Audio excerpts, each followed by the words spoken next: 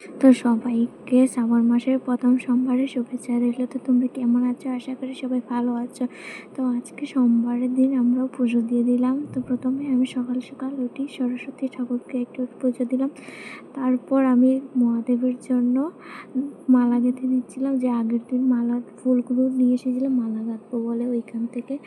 তো এক এক করে আমি বসে বসে গাঁথা শুরু করে দিলাম, কারণ কেউ ছিল না, সবাই বাইরে ছিল আর আমি রুমেই ছিলাম। তো ভাবলাম আমি একা বসে কী করবো, তো মালাগুলো করে নিই। করে দেবো, আমি এবার ঢং করছি, মালাটা পরে হলো।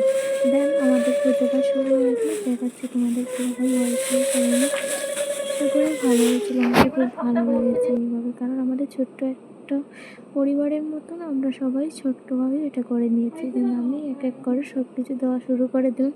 তো আমি না সব কিছু জানি না কীভাবে কী দিতে হয়। তো পাশ থেকে আমাকে আমার অনামিকা বলে দিচ্ছিলো যে একের পর এক দুধ, দই, তারপর কী কী করে দিতে হয়, তারপর মালা দিতে হয়। তো ও বলছিল আর আমি এক এক করে দিচ্ছিলাম। জানি না কীভাবে কী হয়েছিল কি না। দেন সবাই ছিল, সবাই বলে দিচ্ছিল। বলে দেওয়ার পর আমি করছিলাম ফার্স্টে এত বড় করে। আমার খুব মজা লেগেছে জানো, সবাই এরকম করে পুজো করলে খুব আনন্দ হয়, খুব আনন্দ লাগে। কারণ আমরা এখানে আছি একটা ছোট্ট ফ্যামিলির মতো বলতে গেলে, যে বাড়িতে থাকলে সবাই মিলে কাজ করবো, তো এখানে সবাই আছে, তো এখানে সবাই মিলে আমরা কাজ করছি। দেন দেখাচ্ছি তোমাদেরকে, আমাদের সব ফাইনাল হয়ে গেল পুজোটা। পুজো দিয়ে দিলাম, সুন্দর করে সাজিয়ে দিল সবাই।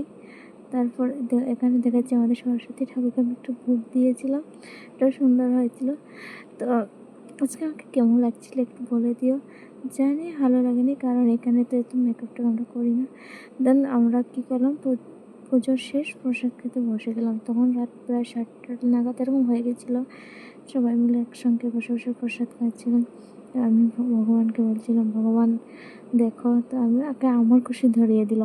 তো আজকের দিনটা